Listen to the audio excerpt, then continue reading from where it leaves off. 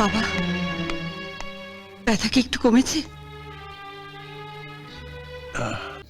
বাবার মনে হয় নাটকের শরীর, তাই শরীরটা খুব খারাপ। দিদিমণির কাছে সুবিধা আছে, তাই দিদিমণি বলে ডাক্তারবাবু কোথায় গেছেন? এখানকার 3-4 জন নার্সিংহোমের মালিককে নিয়ে কলকাতায় গেছেন। কখন ফিরবেন? তার কোনো ঠিক নেই।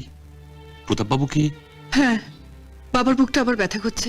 মনে হয় কাকু প্রেমে ছ্যাঁকা খেয়েছে, তাই বুকে ব্যথা করছে। আরে হাসির কি হলো, তোমরাই বলো, প্রেমে ছায়া খেলে ব্যথা হয় না? বুক কি?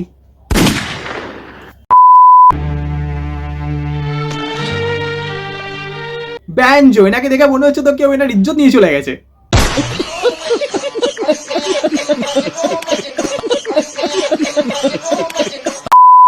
মাথা না কাজ করে দিদিমণি বলে ওঠে এখন, কি যে করি এখন? সঙ্গে সঙ্গে কি রঙ্গে, আবে লাইনে আয়।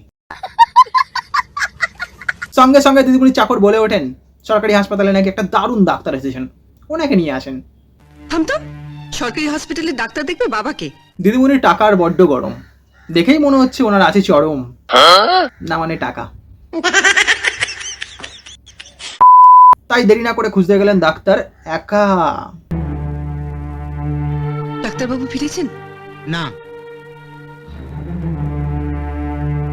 এখানে ভালো ডক্টর কে আছেন? আপনি সরকারি হাসপাতালে চলুন, ওখানকার বড় ডাক্তার শুভঙ্কর সান্যাল। চুপ কর। সরকারি হসপিটালের ডক্টর দেখবেন বাবাকে। তুই এক কাজ কর, সীমান্তপল্লীর ওই ডক্টর বিশ্বাস, ওনার চেম্বারে চল। বড়া এদিকে মাথা করছে না কাজ, তবুও টাকার গরম নিয়ে মারছে ভাঁজ, তবুও মানছে না হার। ডাক্তার খুঁজে যাচ্ছে হাজার। আরে কাকু বেঁচে আছে তো এখনো? আপনি এক কাজ করুন, সরকারি হাসপাতাল থেকে ডক্টর শুভঙ্কর সান্যালকে নিয়ে যান। তার মানে আপনি যেতে পারবেন না? দেখো আমাদের নতুন ডাক্তারবাবু তুলে দেয় হাত, তাই দিদি হয়ে যায় ওখানেই কাত। এবার দেখতে হবে কে হয় চিত আর কে হয় পাত।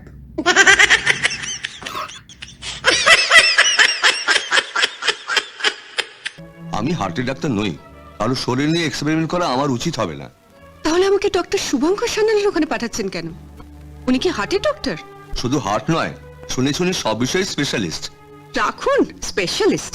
স্পেশালিস্ট হয়ে উনি এসেছেন সরকারি হসপিটালে ডাক্তারি করতে? আগেই বলেছি টাকার গরম, আছে চরম, কিন্তু নরম মনটা। মনের কথা বলেছি।